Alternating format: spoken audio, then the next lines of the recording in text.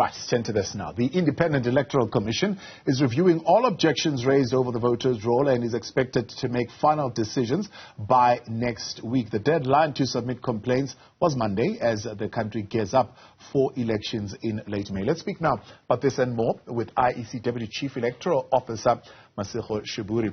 Good to have you, Deputy CEO, and thank you very much for your time. From what I'm picking up from Section 15 of the Electoral Act is that if there are objections to the electoral, to the voters' roll, shall I say, it would be either on exclusion of persons or inclusions of persons, or the correctness of the information of the persons who would have been included there. And that pretty much sums up for me what could have been areas of substantive objection.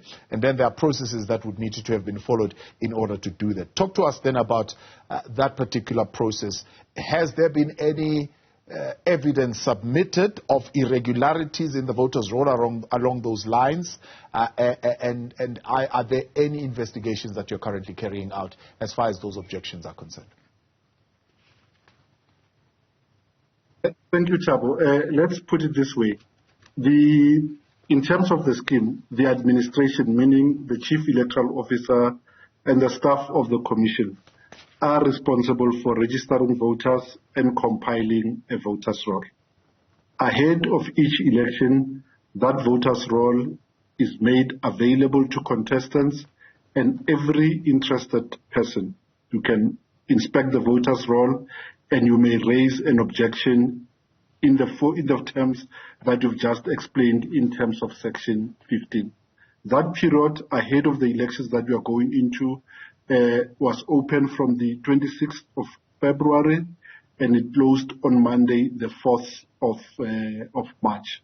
I can confirm that there are at least 15 objections that have been received implicating a number of voters, either to their exclusion or inclusion on the segment of the voters' roll, and in some instances, as I understand, questioning the legitimacy of the voters' citizenship, or that certain voters' details indicate that the voter may be registered more than once. Yeah. In terms of the scheme, the objections are considered by the Commission, meaning we as the administration, because we compile the voters' roll, are not involved in the adjudication of and the investigation of those objections. We will know on Monday the 11th when the Commission makes its decision on the basis of those objections, and it will issue instructions to us to take a number of steps, either once those objections are confirmed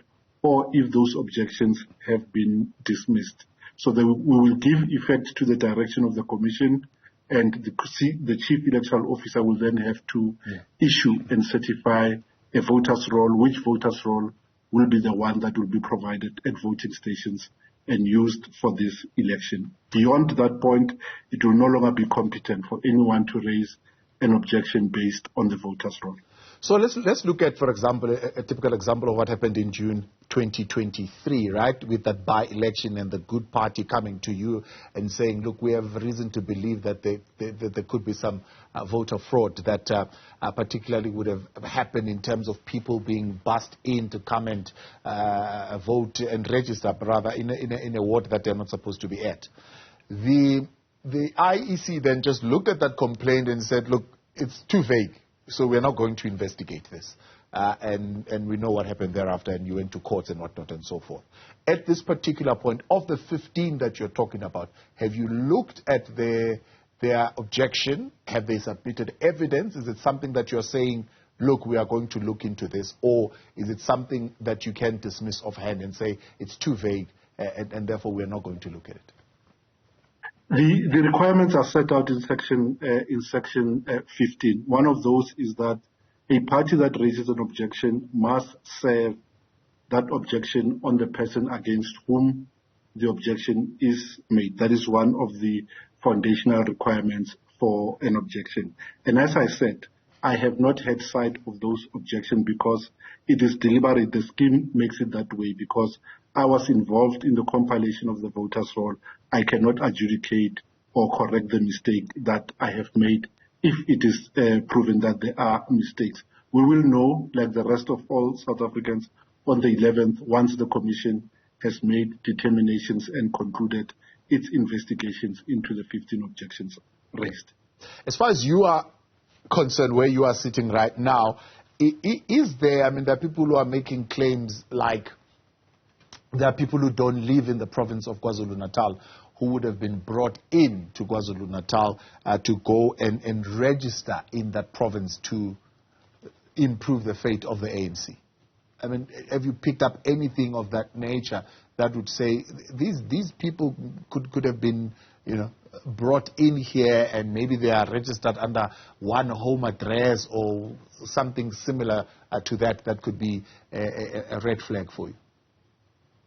The purpose of the Commission making the voters' roll available for inspection is precisely to lay bare those type of accusations so that if they are founded, they can be brought to the attention of the Commission and investigated on a factual basis.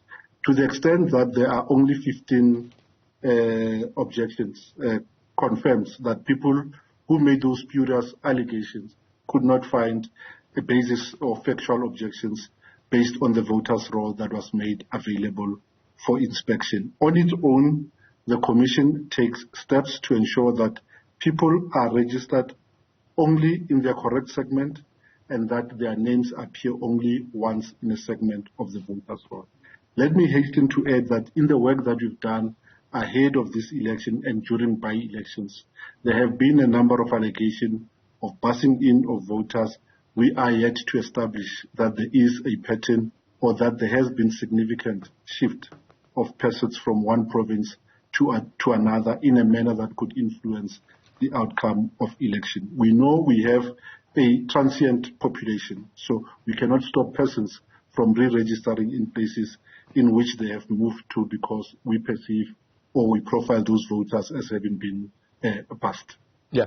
So, I mean, is there a way of investigating that? They could have been bussed or maybe they do have a dual, lack of a better word, citizenship and maybe have an address in Gauteng and an address in KwaZulu-Natal. Is there a way of investigating that they could have literally have moved there for the purposes of, as they say, bussing in votes? There are ways to guard against that. One of those is that on a monthly basis, we avail registration records to parties that are represented in the national and local PLCs. In other words, we say this is the registration activity for a period. You can look at it, and if you have reason to believe that there has been a pattern of migration of persons from one area into the other, you may raise objections. Ahead of each by-election, we look at those type of things to make sure that persons who do not have an interest or are not ordinarily resident in a geographic area do not influence outcomes of elections in an unfair manner in areas in which they are not resident. Ahead of this election, there has not been a reason to make that investigation because no factual objection to that extent has been raised. Yeah. Let's look then at this issue. You are saying now what you would, again, release is a provisional voters' roll. If my dates are correct, the final one is going to be somewhere in April. I'm asking myself why. If you're saying by the 11th of March, there will be no more objections. Whatever the Commission would have said to us on the 11th of March, that would be it. At that particular point, you will not be opened to any more objections. Why would you not release the final voters' roll then? The voters' roll will be released a few days after the 11th of March, following the Commission consideration of all the objections that have been raised. A few days from the 11th of March, the Chief Electoral Officer will, in terms of the timetable, certify the voters' roll, and that voters' roll will be the one that will be printed and made available at each voting station, and it will be the basis on which persons' qualification to vote in this election is made. All right. Let's look at the other issues then that are beginning to arise. I mean, as we come into this conversation this evening, the African National Congress has just issued a statement saying the African National Congress vehemently condemns the recent statements made by representatives of Jacob Zuma's Umkhonto weSizwe party, which threatens violence against the Independent Electoral Commission and undermine their foundation of our democracy. Are you watching these kind of reports that are coming out? Obviously, those type of, but also to the voting public, because in terms of the law, if a party has reason to believe that the commission or its staff is involved in activities that are unlawful or irregular, there are mechanisms to raise those things. If the conduct implicates the behavior of a commissioner, there are lawful avenues through which parties can raise those issues, including making those allegations at the electoral court for a proper adjudication. Yeah. We need to remind all contestants and political parties that following the proclamation of the election by the President at the premiers on the 23rd of February, the Electoral Code of Conduct has now come into force. It will be useful for all contestants to familiarize themselves with the content of that document, because flouting its provision have dire consequences at the instance of the electoral court. That could amount to a party being deregistered, barred from contesting elections, barred from using the media, or having its vote deducted. But those things can only be imposed by the electoral court, having considered evidence that is sufficient to make out those cases. So if a party says, look, if we are unsuccessful at the electoral court in our case against party such and such, there's going to be anarchy. Nobody's going to vote in this country. Is that something that constitutes an offense? And as the IEC, do you look at that, or do you wait for Party B to come to you and say, Party A has made such remarks? Look, the Commission can initiate proceedings at the Electoral Court of its own accord. Any interested person may also do so, including a political party or even a member of the public. The first port of call for the Commission is to try to deal with this type of utterances on an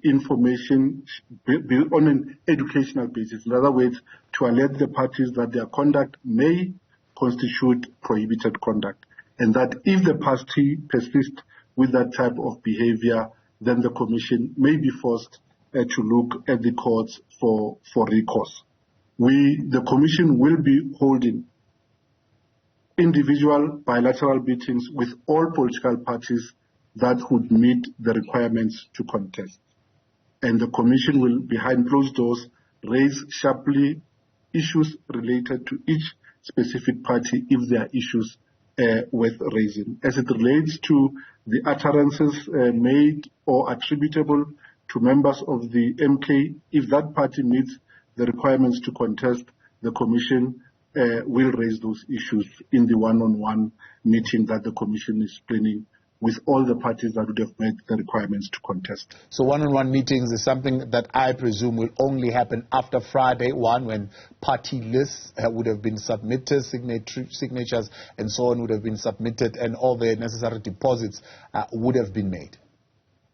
That is correct. But let me also hasten to add that this should not be construed to mean that a party that is registered with the Commission, that does not field candidates, is not bound by the Electoral Code. That party remains still bound by the Electoral Code by the mere fact that it is a registered political party.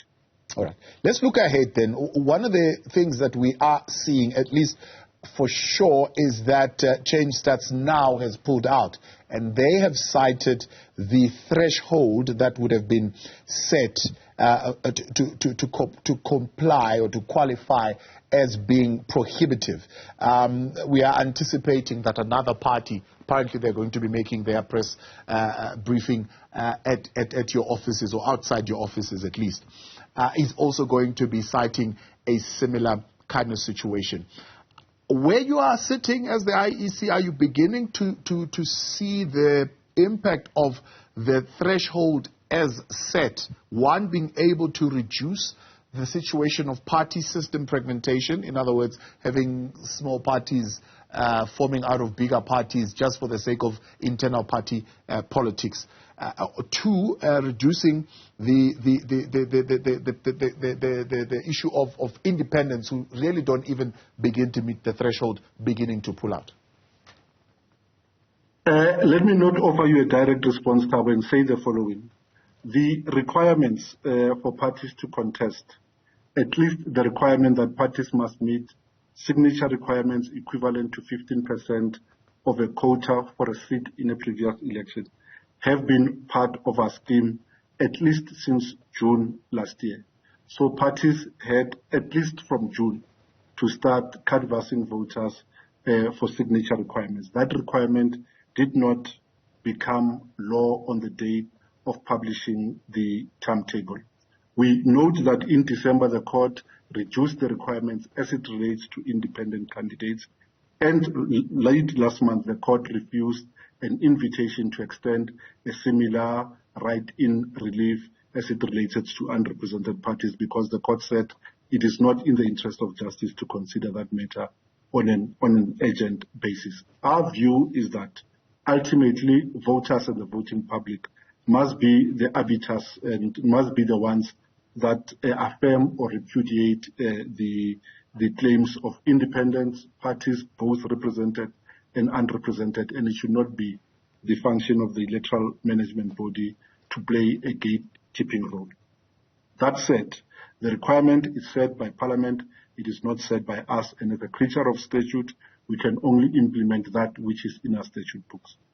So in simple terms, you are saying that parties who are falling out of the race because they don't meet the threshold, which you say they've already known since June, is really not as